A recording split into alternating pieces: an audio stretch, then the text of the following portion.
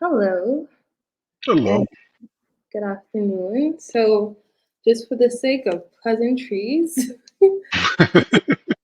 good day to our audience. My name is Jodi Minnis. I'm the Exhibitions and Programming Director of TERN Gallery, and I'm here today in conversation with the wonderful Drew Weech. Hi, Drew. Hello. How's it going? Good, good, good. So we thought that we would switch it up in regards to the way that we do talks. This time around, we are currently showing a group show with three artists, Jade Hassel, Simon Tatum, and Drew Weech. And we earlier this week or next week, because I'm not quite sure when this will air, we had an artist talk with Jade and Simon and how Turn is structured. We represent a beautiful cohort of artists, and we have group exhibitions where we put their work in conversations with other artists who are working within the region or the diaspora. And Drew, you've been one of the artists that I would say one of our first like signed artists at Turn. hmm hmm We're like Yeah, the three of us were like, we want to do this thing, and Drew was like, okay. yeah. Sign me up. So this is not our first time showing your work. This is not our first time having a conversation about your practice, but I wanted to have the conversation in a way that shows like the trajectory of the path of your practice. I've been lucky enough to have known your practice since 2016, and we'll see kind of and talk about that. So I just wanted to set the premise for the artists, not for the artists, for the audience, so that gauge expectations. We're gonna go from I think 2016 to present 2024. So we hope that you enjoy this conversation. um, so Drew, I don't think I need to say your bio, right? I think we Yeah. okay. All right. So let's, if you don't mind, we'll jump right into it. And I apologize in advance for these photos, but It's okay. yeah. So backstory to Turn. Turn is a commercial art gallery, but it was founded by Lauren Perez and Amanda Colson, and they brought me on, Jody, as the gallery manager. And the reason why I think we work so well together is because all three of us have worked for quite a long time in our respective areas um, in the local Bahamian art community. And then we saw a unique opportunity in 2020 for us to amplify the voices of artists who we've been working with. And I think that you, Drew, are the best, like, display of that. So I say that because at the 33rd Annual Art Competition Exhibition at the Central Bank of the Bahamas Art Gallery, I was the assistant curator there when you exhibited this work, Memento Mori, for the competition, and you won honorable mention. Yes. So, can you tell us or tell me about kind of where your practice was at the time? I know that you have like a graphic design background. How did hmm painting get introduced into your approach? Yeah, that stuff. So I I went to school for graphic design, and for my uh, grad exhibition, I put two drawings in it instead of anything to do with graphic design, and that kicked off me working kind of full time as a painter and draftsperson. Um, and so, that was in 2010. And so for years, I just happened to be in Exuma, had a studio there, and worked mainly with color. First in a monochromatic way, and then more. I started to use more colors in each work. But by the time as this exhibition came around, I was thinking more in terms of my work in a art historical context, which is something that pops up depending on the series, where I'm interested in my experience of a particular theme that's prevalent in art history. And so once the memento mori thing kind of set in as I was looking at old Dutch masters in particular. Uh, I decided to make a blacked out painting with this. It's a skull and a butterfly. And so, the memento mori is that's a reminder that we all die, essentially. Um, and people have different ways of doing it. Some, especially the Baroque artists, would have more. There's drama in the work, but you see more in the work. And I decided that the drama would be the fact that it was kind of difficult to see this work. And so I think I made it with an uh, an oil stick, which I recently started using at that point. And yeah, I enjoyed that process of making this obscure um, uh, painting in terms of like the content, and that was the catalyst for pretty much all of my work since then. Where I like form, but I also like a bit of abstraction, whether literal or figurative. So yeah, that was how this came about, Yeah, and it I think turns out people liked it. they did. I thought that was so refreshing to hear because I remember like that time. I think I was present for the I think maybe like two competitions before this, Mm, and maybe like two or three after. And I mm, remember this like more of the work over that period of time had become like highly conceptual. So mm. like Jeffrey Maris, for instance, was submitting a lot of conceptual work. He won the year before, I think. Yeah, for this Yeah. VT party, which Hmm. was, I just wrote about this yesterday, but it was Oh a wow.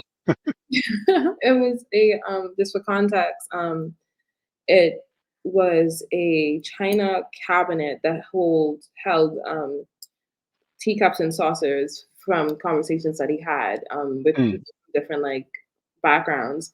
And I remember the kind of like uproar in, Oh yeah, yeah, yeah. like Because my brother and I were there, and it was a thing. And but then when I realized like what it was, I was like, oh, this dude he's really good. yeah. So, yeah, So and he's still one of my favorite artists to this day. same, and I think the beautiful thing about the central bank, so the central bank is the bank of the Bahamas, which happens to have like a designated art gallery, art collection, and like mandate to serve the visual and creative arts community.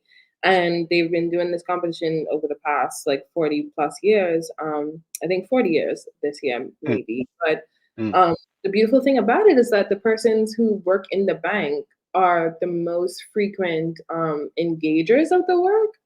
Yeah. So yeah, so they don't like the central bank has a public audience that comes to openings and so on, but like the exhibition really truly lives with the staff of the bank. So it's interesting to hear the staff engage with the work, really be considered about okay, what does this skull and butterfly mean? We Mhm. place the work, and it's hard to see with this installation photo, but the work was directly across from one of the prominent like elevators in the bank. So when Mhm. people like, came to work and left work, they had to be confronted with your piece, and Mhm. um, that was an intentional decision on my part to just make sure that the kind of work that we are uplifting and like naming as Bahamian art is diverse in execution. And I remember your work kind of it shook me in a way too, where I had to be like, ah, okay. Mhm. I think everybody's curiosity was like, who's Drew Weech? You Mm. know, during Yeah. this time. Yeah, that was the first time I actually like socialized at one of those events, because I would go to it, but I'm not the most social person, as you know. And so I would go and not really talk to people. I just would Mhm. go look at the work and leave, kind of like I do to most openings if I don't especially if I don't know people. And that was the first time like artists were coming up to me, and that's uh, how I started to meet people in the Bahamian art world, because I lived in Exuma. I would only fly down for a few days just to go to the show, and that's, yeah, that was the beginning, really. Wow, that's really good context. And then our next slide, I really wish I had like a better photograph. I'm doing this practice of like looking into your practice and your work, kind of like reinvigorated like my like want and need to like shout at everybody. Please have a good archive of Mhm. not not artists, because I think the sole responsibility on the archive should not be on artists, but also like the gallery spaces, the event spaces, whatever like Yeah, organization. Please have an archive of what you do, because it yeah. helps in times like this. So Mhm, we're mhm. almost like 10 years past this iteration of transforming spaces, and transforming spaces is I think it's a biannual art tour Mm, that transforms about anywhere between like 5 to 12 different art spaces, whether it's galleries, whether it's just like community spaces, and then there's like a bus that takes people around these different spaces. Sometimes it's thematic, sometimes it's not. And for this iteration, I think it was called Swell, mhm. Community and Collaboration. The Transforming Spaces team took over the Town Hotel, which is in downtown Nassau, and you were one, I think, out of maybe like 5 or 6 different artists that were invited to transform a hotel room. Yeah. Mhm. Yeah, so your I think this is where we first start to see your nude series coming up. Yeah. Yeah, I'd made them before, but, they were more zoomed in, so they look like these, like, large, kinda monochromatic fields of color, and you'd start to get a very slight bit of form, but they didn't have the same amount of figuration until these came about. So, yeah, and I thought that this was and I was present. Like I have Mm, the like I took this photo. yeah, My camera, because I was like that one, young art person. Like I need to document everything. right. And so but I remember the challenge of how do you transform a hotel room where you can't move the bed, maybe you can move the TV. How do you Mhm. not just like decorate the space but envelop the space? And I think Right. your room was one of the more intimate rooms where Mhm. um you're thinking about the juxtaposition between these images, this hotel downtown, but also like the very like specific and undeniable art context of the genre that you're like looking into, um, Mhm. within the hotel itself, which is quite kitschy. Like, Yes, yes. Mhm. yeah. Yeah. Yeah. So I thought that that was a beautiful segue, and to like further see how your work was like envelopment, not envelopment, but like becoming more immersive into the community. And please forgive me for some of these slides, because next is in Mm. progress. Yeah. um, yeah, bye. So this So go on. so the In Progress, Heino put me in that show, and I think that was when I first met Lauren. Yes. It was at the Island House, but the photo is across from the two drawings in the previous photo. Oh, So that one is nice. at Swell. Yeah. Okay, beautiful. All right, because that's helpful. Mhm. But this is the same work that you showed at In Progress, right? Yeah, Yeah, so we I think. saw this But this goes back to the archive thing. yeah, I don't actually remember. definitely. Yeah, so for a little bit more context, the Island House is a boutique hotel, actually where TERN is situated. So the hotel is up the hill and TERN is a little down the hill. And the Island House actually is one of the spaces, I think maybe one or two, that has like original Bahamian artwork within the whole hotel. And what is very unique about the Island House is that it's curated with this like very contemporary sense. So a lot of people question like, where do you get this work from? We're like, oh, it's Bahamian artists, and they're like, oh, okay. And they're very surprised. Right.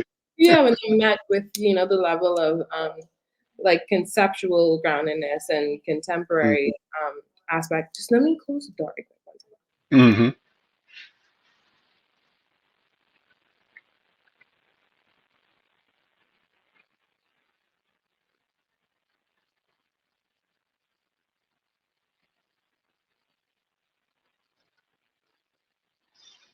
Sorry, I'll try to edit that out. And if you see it in the recording, just know that we are working. Um, Right. yeah, I so see a nice Rommel behind you. I right. mean, Rodell Warner.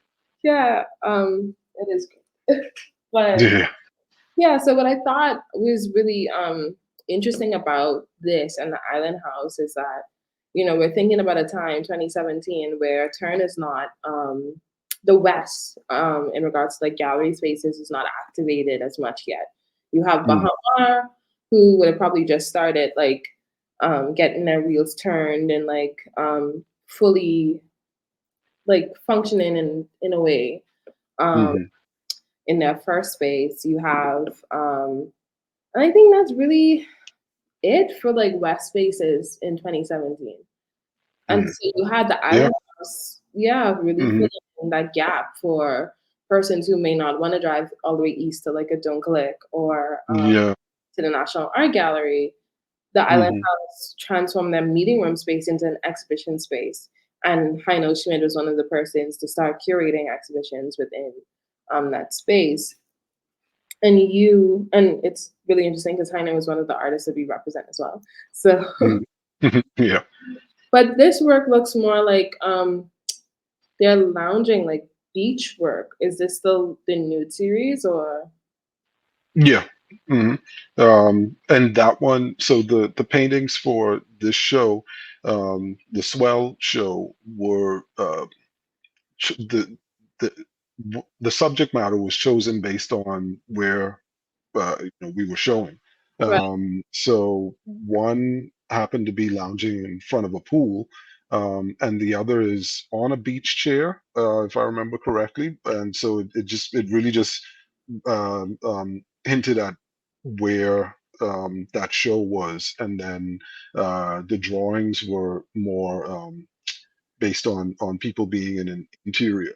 right, And so back then I would do this series, but the the choices I was making were more uh, specific. figurative based, and I would do it based not on the that specific feeling I had of trying to sneak and watch porn when I was 12, but more like I was trying to construct an actual image, Right. but keep it kind of at bay. Yeah, yeah. So that tension between like the obscurity, like Hmm. how Hmm. obscure is obscure, and how Exactly. yeah, and how transparent is obscene. I don't know. Yeah. Yeah. Yeah. Um, In that sense, the way I'm doing them now is more it's closely or closer related to how that experience actually was, because I try to keep some things very abstract, keep others more figurative, even though the overall look of it is still going to be this abstraction. yeah. And so I do a better job, I think, of finding that push pull, but without just going so specific, Yeah. without being specific in terms of what it is I want to show. Like I don't think, oh, well, the show is coming up and the show is about this, so I'm going to create an image based on that. No, it's more about like the feel. Yeah, and I think when we get to those slides, as we will to see the work in the show, I think people will be able to see that more clearly. But what I'm really enjoy about this work is how colorful it is. And I'm like, Yeah. it's probably like the most like vibrant work that I've Yes. seen from you. Yeah. Yeah. And that's another thing. They weren't toned down Hmm. uh, at all. Like it was the actual color. I didn't manipulate it or anything like that. It just yeah, just worked with the images. And that's another thing. These were more based on stills Right, um, than than um, uh, than video. right. Oh, oh. I feel like I'm like absorbing kind of. Um, Yeah. so self-portrait is Hmm. was a solo exhibition that you had at the National Art Gallery of the Bahamas. The National Art Gallery of the Bahamas has a small room on the lower level in which, like, recently, uh, we call it the project space.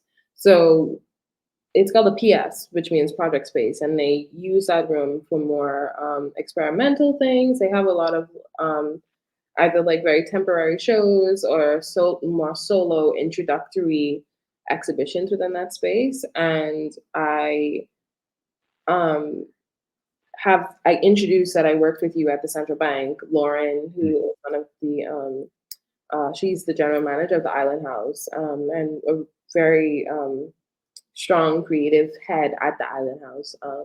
You had your solo show, you had the group show there. Now Hmm. the National Art Gallery, where Amanda Coulson was the director for the past 10 years. So even though Amanda did not work primarily in a curatorial context at the NAGB, she was still quite hands-on with the exhibitions and the shows and the artists at the space. And I surprisingly did not go to this show. And I'm like, Jodi, where were you? But I think in 2018 I would have been in Tampa, so that's why I'm like, Ah, that makes sense.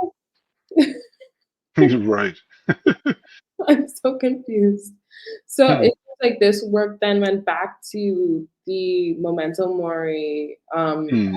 but like bridging the obscurity and the drama of what you did with memento mori with the more like subject focusedness of the nude paintings into now this new exploration. Yeah. And this one is it's as the title says, a self-portrait.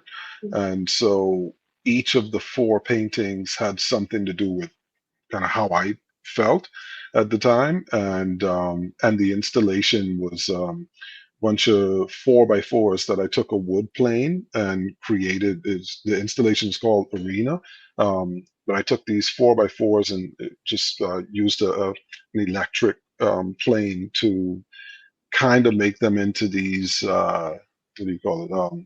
Sort of like barren trees Mm, uh, to create this sense of being in a forest, but there's no canopy. So you're enveloped in one sense, but you're exposed in another, and so that covered up most of the space, and then the four walls just each had one of the paintings on it. And yeah. the painting on the left was I painted it in full black and white, and then I think I used turpentine to start erasing it, and so it has this um, I guess Richter-esque look, um, but the whole idea was to start erasing this image that was like so full a short time before. Yeah, actually, this remind now that you say that, this reminds me of when you drive past like the pine forest in like Grand Bahama, um, Mm, and you could tell like when there's like been a fire or like after a fire, and they're like hmm. tall and like Exactly. reverberating as you drive, and yeah, so that's Hmm. really really interesting. I'm not sure what the landscape of Ixuma is like. Is Ixuma Not also like that. It's more bushy. pushing? Okay, Yeah, but without like really tall trees, aside from like coconut trees and stuff like that. But like you'll okay. see coca plum, sea Mhm. grape stuff. Yeah.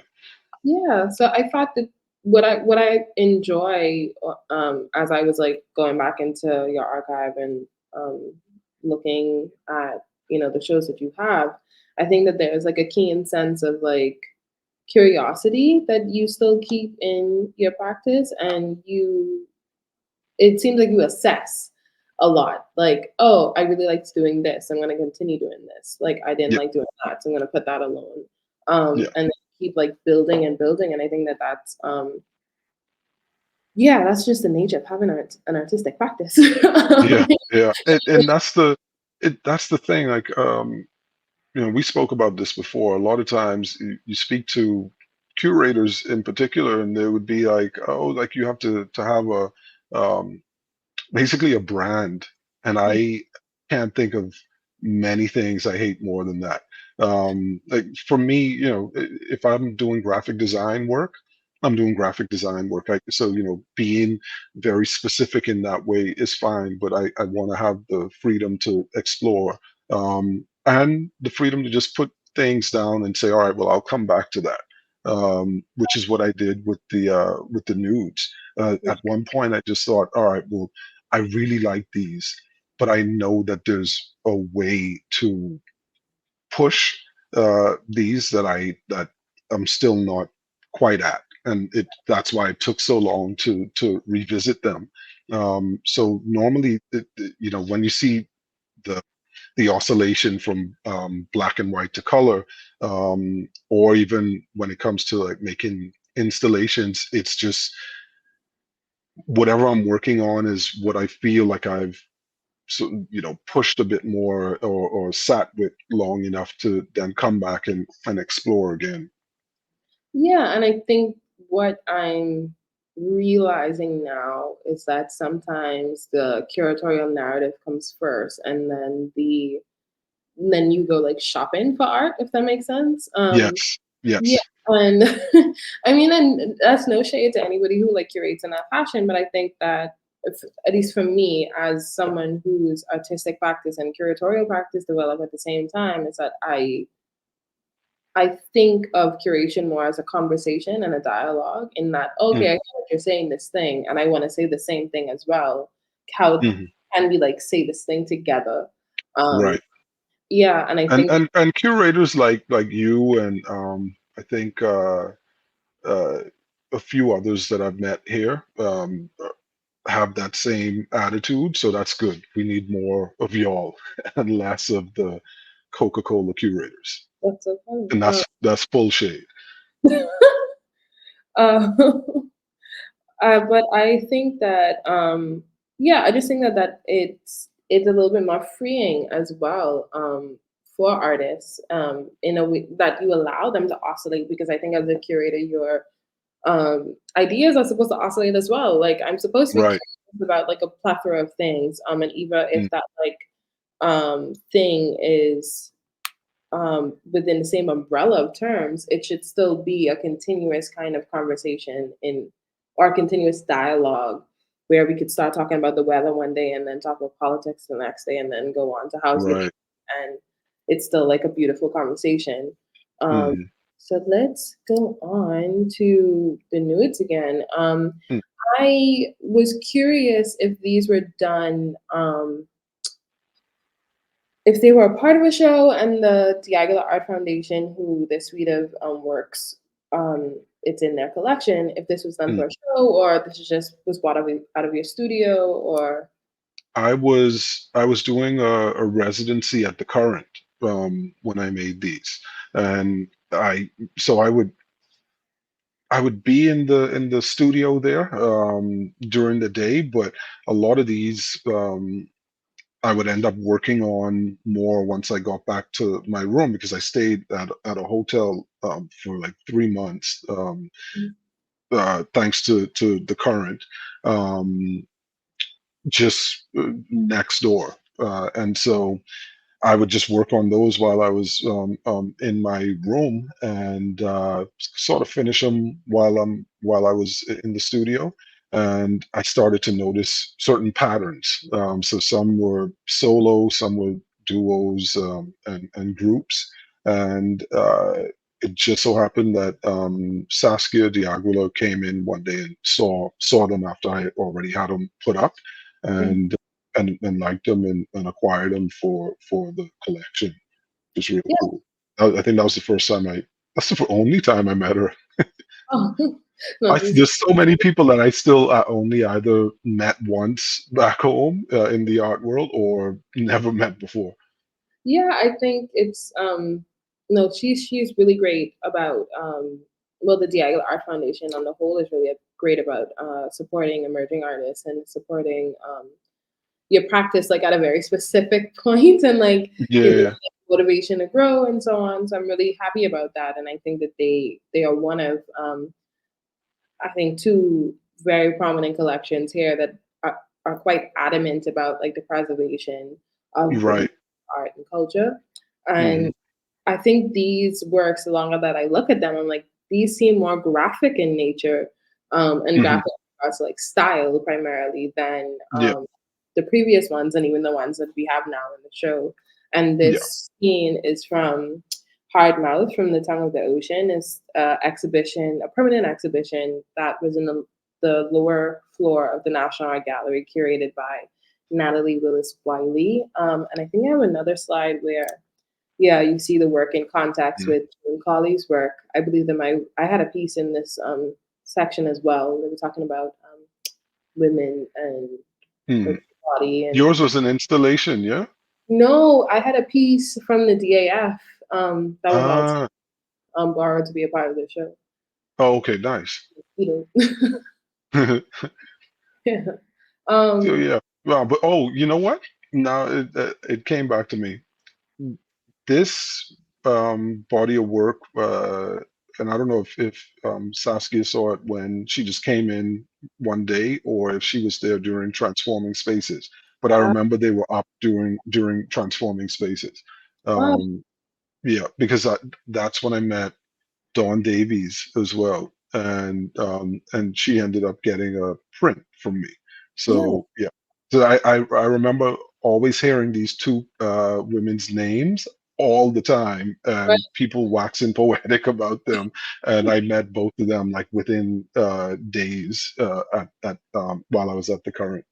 Yeah, I think having your work as a part of the DAF and the Don Davies collection, like it like checks two like boxes. You're like, okay, Yeah, became an yeah, artist now. Nobody can tell hmm me different. exactly. and And then and the Bahamas is so small that when I met right.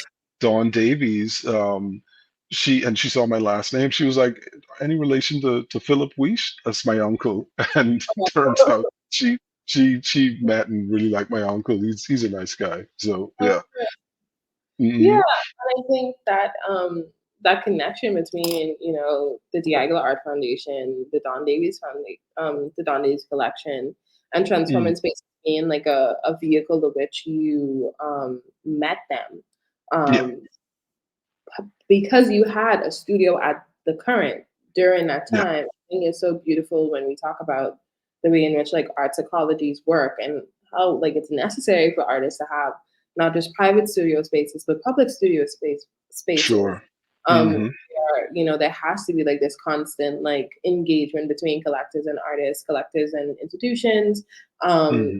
and not just collectors because transforming spaces has so much like different art enthusiasts that just come to Right. see, Hmm. So all that whole kind of like ecology of people works to help to promote and sustain our careers. Because if had you not had, studio space at the current where you could do a residency for 3 months, like they put you up for Right. 3 months. Hmm. Hmm. Yeah, it got me out of Exuma for Yeah, a few months. I mean, I was born and raised in Nassau, but at the time my studio was in Exuma, which is where my mom's side of the family is from. So I was only visiting Nassau at that point. I hadn't actually lived there since 2001. right. And so just to do that and to have that opportunity was big. Um, and just to get to engage with everyone. Like I remember sitting down talking to Sydney Colby, who's dope. Like just on a random Tuesday, we'd end up sitting talking about art and it was the first time I really um, like just sat and talked with John Cox, who runs he still runs the current. Yeah, so that. Yeah, who runs the current, who taught me in like my one semester at COB, now UB. But we'd never really interacted.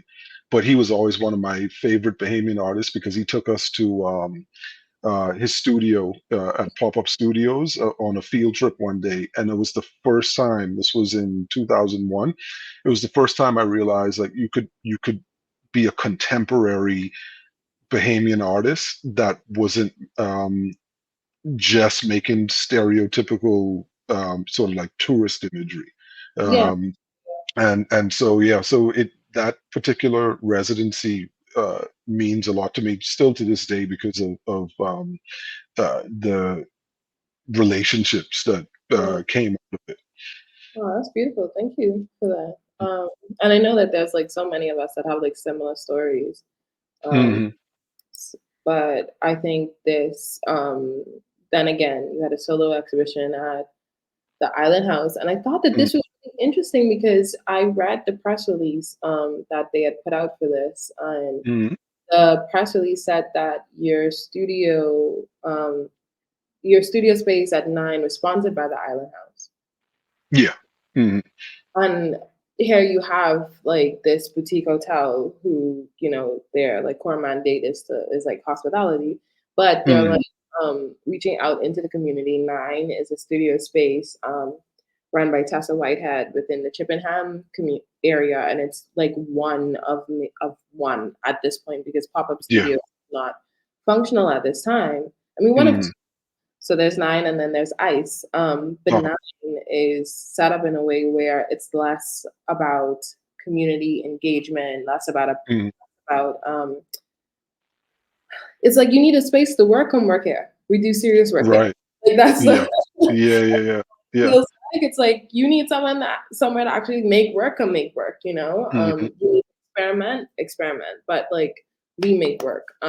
Yeah. And yeah, so for the Island House to see an opportunity to not to like have a space within the community in kind of like more inner city Nassau, Yeah. to then like, have the work come back out so you could continue to go back in, I think is a testament to, a perspective of Lauren's vision for Turn, Hmm. specifically. Like I here we see, well, I see more clearly because I've known Lauren for quite a minute now, and I Hmm. had an exhibition at the Island House too in 20 Right. whenever. But Hmm. I think when you lack infrastructure like Turn, like the way in which the current has been able to like transform, like how ICE, in recent years has come up. You have different companies in different spaces like moving to, you know, fix the gap. Hmm. Um, and I think that and her doing that, working, seeing how contemporary art is received by, the locale and so on, um, Hmm. space for places like Turn to continue because it's been tested, to a Yeah. certain extent. Yeah. But I think then again, just based off of the photos that I'm seeing, I think this is where your practice starts to do this. You're Hmm. Yeah. Yeah. like this is solid now. Like I did this, I did that, I tried this. Yeah. This is the sum. Hmm. Yeah. That's essentially what it was, and it's nice to actually see this photo of the drawings where I just kept repeating the same image. I think it was a photo that I took of this skull in my studio, and then I started to use that to make these paintings that were repetitive, um, and it went back to the theme of memento mori, um, but in a more explorative way than just saying, all right, I'm going to make this image and it's just going to be in black and white. I mean, in all black. With this one, what I did was I took the image, I altered it in Photoshop, and then I would stagger it. And so the whole thing is made up out of, I mean, thousands of squares that I then kind of filled in to create this sort of, I guess, like a newspaper Mhm. reel, um, blown up. And they're different, what do you call it, different tones. But if you saw them uh, like in a video, it would just be going over and over the same feeling. And it all of this speaks to my own depression over the years. And so a lot of times if I'm sort of having a bout, I would lean into it with my art. And so that's how this bunch came about. And they were really large. Yeah. So yeah, I think this was the largest body of work I did, because there might have been six of them. So yeah, but I enjoyed my time there because Heino Schmidt was my studio neighbor. And Yeah. so I could always go over and talk to him about stuff. And then Tessa was right upstairs outside, but she would come in and I would talk to her about different projects and just life in general. And then we had like, who else? Two or three other people that were there, and we all would see each other sporadically, but I think I saw Hino the most. But we would see each Right. other sporadically, but it always felt like, oh, I could, these are people that kind of are going through the same things I'm going through in terms of like working on this studio practice. And it felt it felt good because the art world back home is small, and even with enthusiasts and stuff, it's kind of like, unless you're a maker, you're still not quite there in terms of like the those interactions, Yeah. because you don't quite understand like what that rigor looks like of being in the studio and having that practice. Yeah. And I think that what I enjoy about people like Heine and Tessa are how generous they are. Um, Mm, they're generous in their knowledge. They're generous in like whatever they have is yours as well, kind of way. yeah, yeah. Um, Hmm. and I really I appreciate also the kind of when you have like space to like have like a central focus, it also like aids your practice in a kind of way. Like I have a Yeah, studio in my apartment, but if I have to like think about if I have to pass the dishes to like my brain says, should you have to yeah, wash the dishes and I'm trying to yeah, work, I will yeah. leave, you know, Hmm. like to wash the dishes. Um, Hmm. so I think that there is a case to be made for the importance of having like more studio spaces like nine, to having, Hmm. like, and yes, like studio rent is like, rent. Yeah, But there's other ways of, I think sometimes corporations may think that in order to invest in the arts, they have to just buy work. And I think right, that there are other ways to invest where you could see a return, that you don't necessarily have to have like a physical manifestation of your turn, of right. physical manifestation of your investment, but you Yeah, will yield a return. yeah. Um, I think we're going a little slow, but um, when I pulled up this photo, I realized just how bad the walls were. I was like, "Oh my God." Ah, But so we did. I asked you to do this group show. I think you were in New York at this time. Oh, like yeah, when we by talked about it, you by were moving. that time I'd already moved here full time. Yeah. Yeah, and I was like, Drew, I want to do the show. I was an independent curator at that time. I just like come back home from being in Tampa studying, and I was like, I really want to do the show with you, Avery Wright, Matthew Ramming, Edwin Simonet, and Piaget Moss. And you're like, yeah, sure, I'll just like FedEx you some work. I was like, cool. So Mhm. um, Yeah, I think this work, I have 2 slides. I don't think that I don't have the captions for them, but, Mm, uh, this work is some of the work that we saw, over the past, like, 2 years from 2020 2022. You're dealing with like, mhm, um, black and white, these ad paintings, thinking about, like, the Bahamas in a very, like, specific context, and I think that a lot of people who are in and out of the Bahamas a lot. Like when you're able to get like a lot of distance from the space and then you come yeah, back and then you're like, oh shoots, that place is kind of interesting. yeah, Yeah, and I think the premise of the show was about look at me, I'm trying to remember what my own show was about, but Jackson Burnside's statement when he said in 2020 more people will come to Bahamas for art and culture than sun, sun, and sea. And I wanted to mhm, investigate that a little bit to be like, do you really want do you really want that?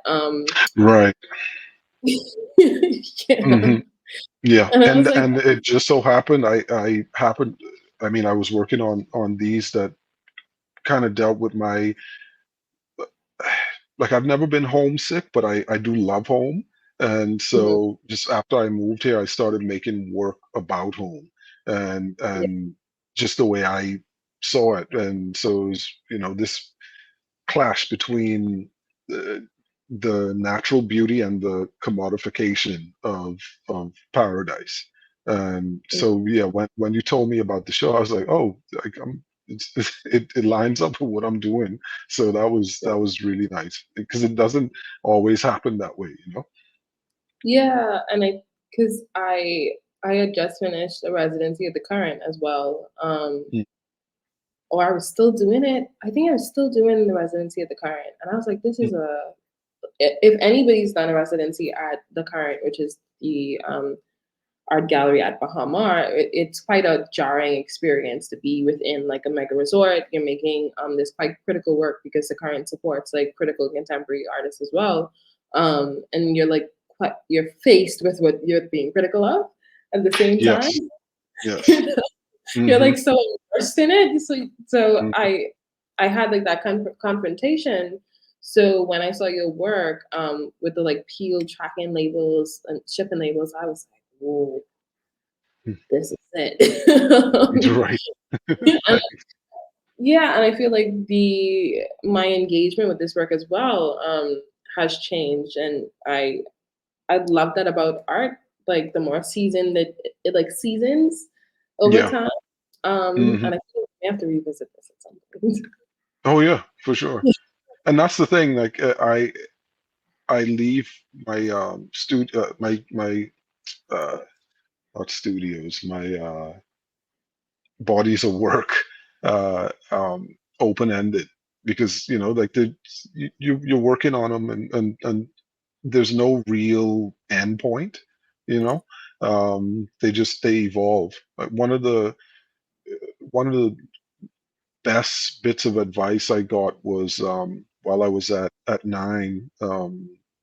And the NAGB would have people fly in and do talks. Um, and then they would bring them around to studios to meet the artists and have studio visits. Um, the art writer Seth Rodney saw the work and we had a really long conversation and he said, squeeze everything you could squeeze out of the work. I think there's something there. Just continue to push it, pull it, see what you could do. And it was the first time I really thought about um, I guess not resting on my laurels in terms of the work. Like just don't think, oh, you have this great idea and that's finished. You just illustrate it and that's it. Like think about it and see how you can um, allow it to expand. And so that was, yeah. So I always look at these as like ongoing series. Yeah, ongoing conversations. And I think Mm, I'm gonna tell you now, I skipped Future Fair, not because of I think that installation is near and dear to our hearts because mm, that was our first international art fair for TERN Gallery. mm. But the installation itself was like you and Riddell like at the Yeah, yeah. same time Mhm. because it's It like was the salon style, right hang. Mhm. the like, space constraints. So I think we're gonna move right into balance and act. And balance and act Hey, person exhibition that you and I did, curated by Amanda and Amanda Colson and Ramel Chair. So Ramel is the fourth um, person here at Turn, and Ramel and Amanda decided to put our works together because we were working with similar themes. It's really crazy to think that that was last year because right. Hmm. And I think that this work, like you said, I think you see where you're squeezing. You're squeezing these. Oh, and I didn't put. I'm so sorry. I didn't put your untitled installation images in here, but that's okay. Oh, that's fine. Yeah, that's all right.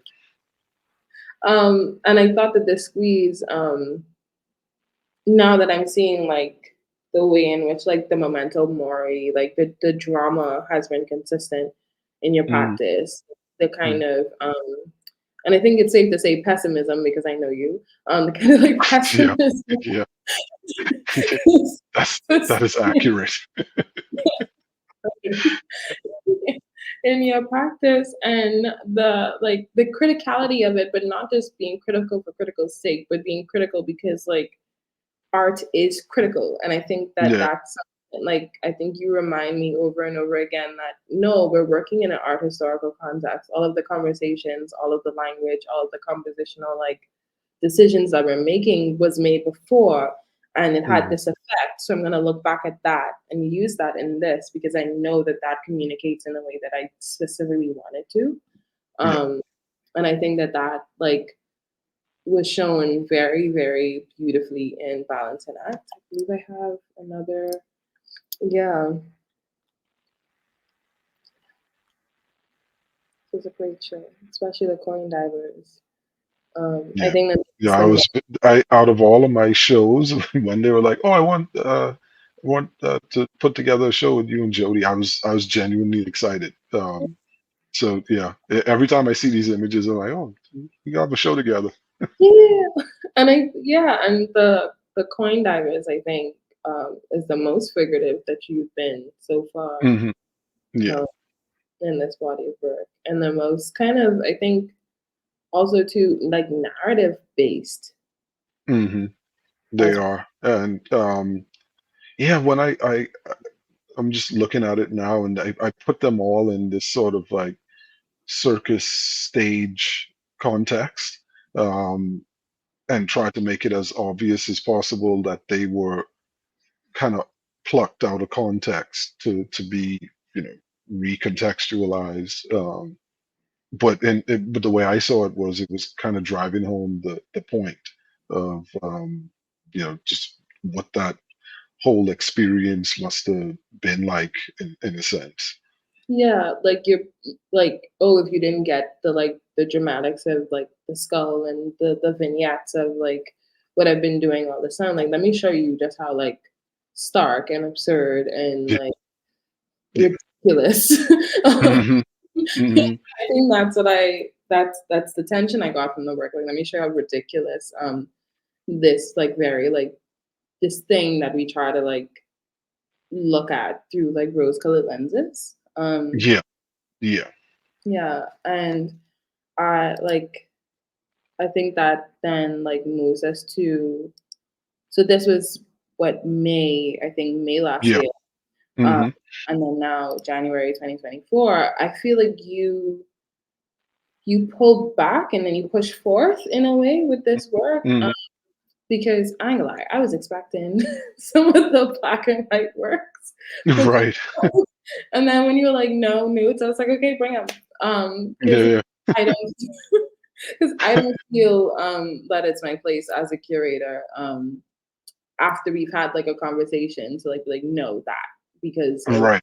no I'm like no I'm showing your work um Yeah, and and like it came out of necessity in a way. So by the time as Balancing Act opened, my studio, I transformed it from my studio to my daughter's nursery, and so now I just work in a nook in the living room, literally 6 feet away from where I'm sitting right now.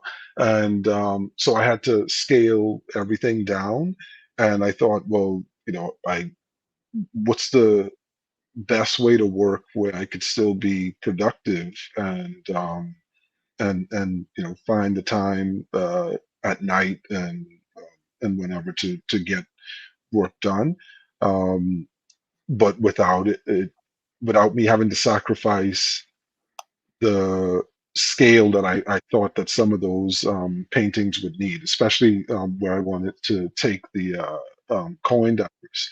And so I started thinking about the nudes again, because again, these are all ongoing series, and so I thought about that, and I thought about the pushing and the pulling, and going from these found images that I would use, and the way I would when I was trying to uh, construct the image, um, I was it was very specific. Whereas now I set sort of different rules and parameters for them, where I think in terms of, all right, how figurative do I want this one to be? How abstract? Because I want that experience to be a bit like trying to watch the Spice Channel on a at 2 in the morning on a Friday night when you're not supposed to, Yeah.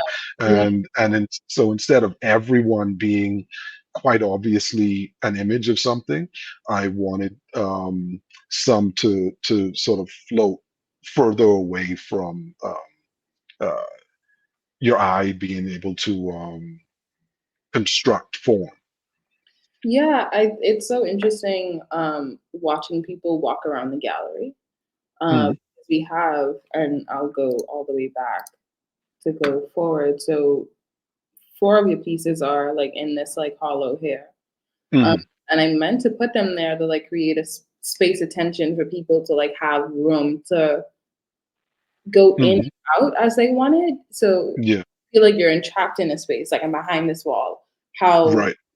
far in do I want to look? How long do I want to look? Can other Mhm, people see me? So it kind of like creates like this like space to explore. Um, yeah, and I thought that that was so the way in which you've like rendered some of them, I think, is so beautiful. Just thinking like from a technical perspective, mhm, like you right. could see like each like stroke of like the pencil or the pastel, and you could Yeah, see like how you've like very like decisively like blurred this and moved that and blended the colors. So I think that these works are like so beautiful in execution, and at the same time they're so dense in the politics of why you would try to sneak at 2 a.m. to go watch this, you yeah, know, or yeah, um, or the like the tension of who then is represented as well, because I've noticed like you can't really decipher much of the tonal value, or you can't like assert race on your figures as well within this. And I think you're also exactly. this thing where you are having two very specific art historical conversations within your practice, where it's like this is art history in regards to like the rendering of nudes, these specific kinds of people being available to pose, and that's why we have like this very like um that's why we have like the Venus of this and Ophelia that and Yeah, Olympus mhm, this, because a very specific kind of woman gave consent or didn't give yeah, consent. Um, right. and that has taught us so much about how we render ourselves, how we're able to Mhm, like paint flesh, how we're able to like paint the body, concurrently with this like documentation of culture and documentation of ways of life and ways of being for knowledge purposes. So I think that yeah, like this like concurrent like stream within your practice is my brain just like because it's so smart, you know what I mean? Um, mhm, right. and yeah, and I know that it's not like overtly intentional on your part, but it's still very overtly intentional. Um, Yeah. Well, and some parts of it are like actually a conversation I had with Sydney, where she asked, she was like, I've noticed there's not a lot of black people in the nudes, or they don't seem to be.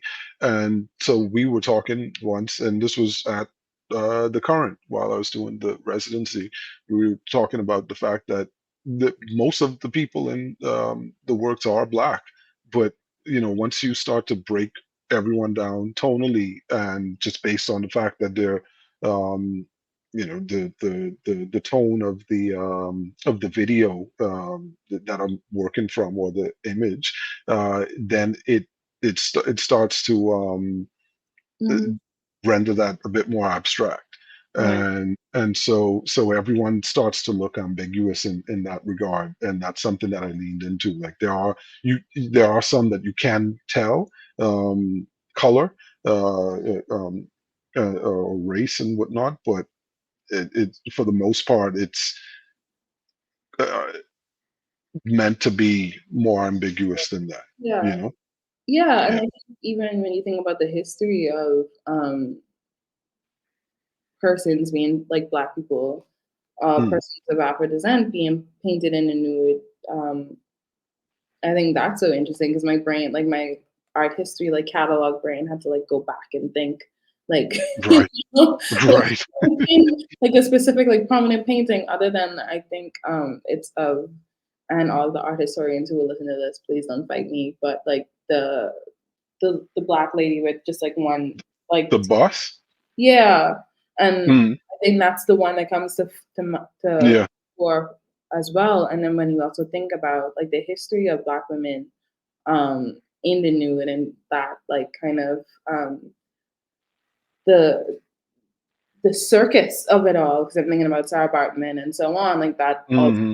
in like a different context and relationship and way of viewing nudes or even pornography. Um, Yeah. when you try to think about like the expectation of Black women in that way, but then you also think of like white feminism in the other way, where porn may have been like a sense of liberation, Yeah. agency in the way that it doesn't quite work for people of color. So there's like Mm, a political tension within that as well. And then there's also like an added tension of viewership, you know? mhm. I think that there's, and that's quite an interesting conversation to have. And I don't know if we will have the conversation as a gallery, but I think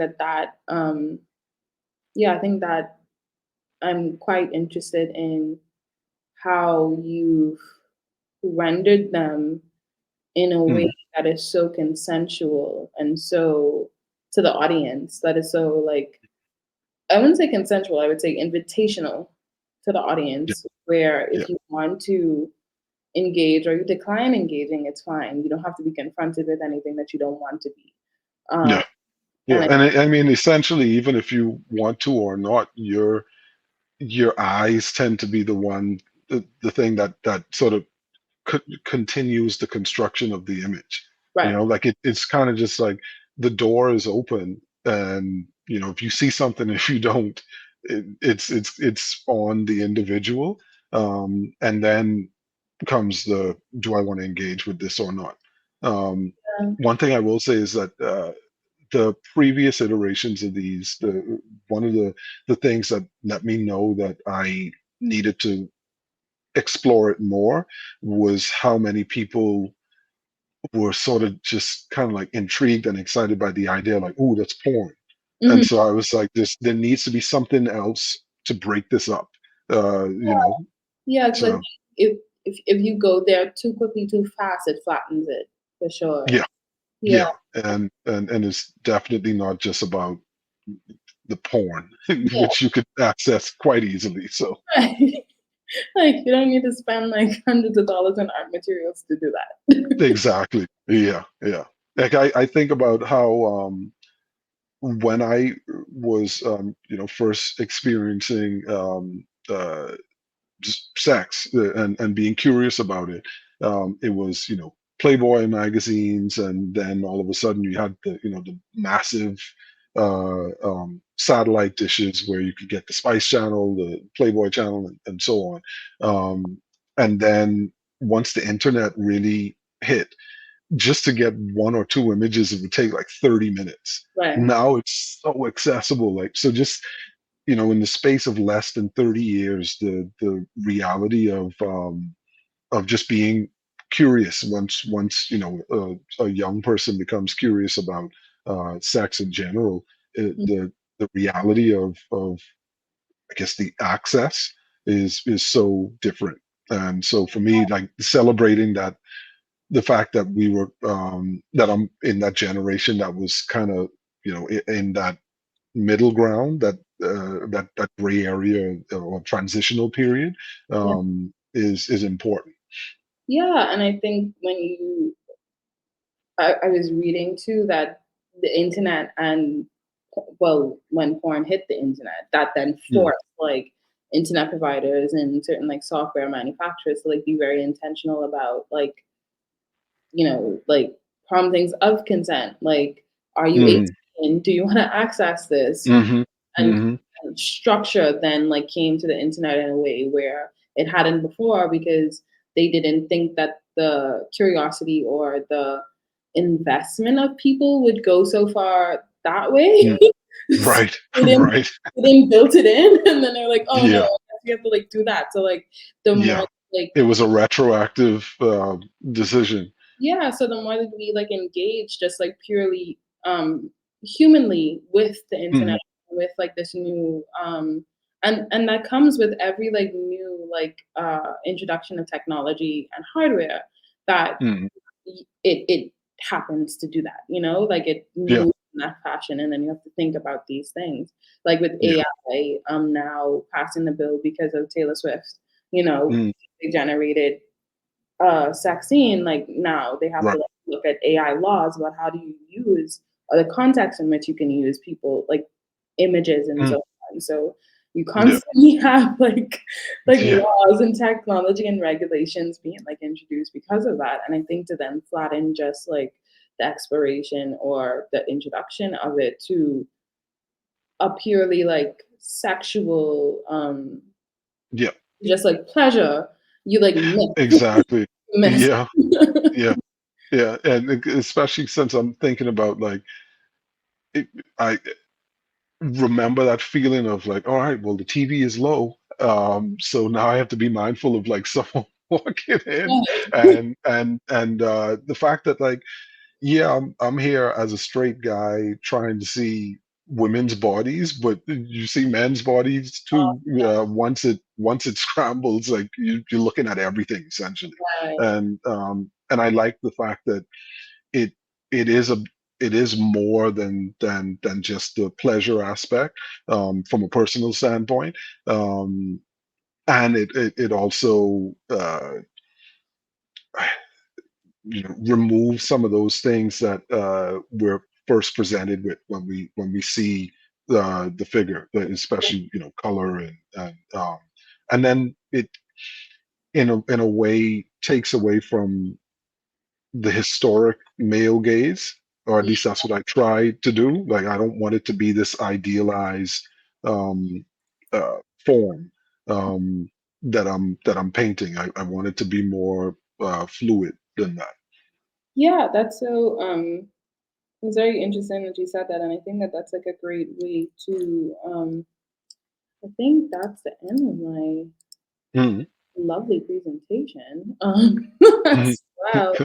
But yeah, I think that this has been like such an illuminating conversation on my end. I think I selfishly devised these talks for my own personal gain, and I am very grateful to Amanda and Lauren for allowing me this platform to do that. Likewise, likewise. Same. And as I always tell you, like it's always fun to just sit and talk art and everything else with you. So this is great. Oh, thank you. Thank you so much. And yeah, I didn't put this banner up as much as I should have, and Ramel is going to not be pleased with that. But I want to thank you, Drew, for You're welcome. having this conversation with me and for those who are still tuned in. You can see Drew's work now in our current exhibition in relation. It is on view until March 16th, and we will be showing work, well, we are showing work by Drew Weech, Jodi Hassel, and Simon Tatum. If you did not listen to the talk with Simon and Jodi, you could find it right here on our YouTube channel. If you have any comments, please feel free to comment below, like, share, and subscribe. That's the first time that I've said that on video. I feel like a little influencer now, but thank you. Right. Thank you for watching, and thank you, Drew. I'm going to stick around for a minute, Mm. Drew, and I will now conclude our talk. All right.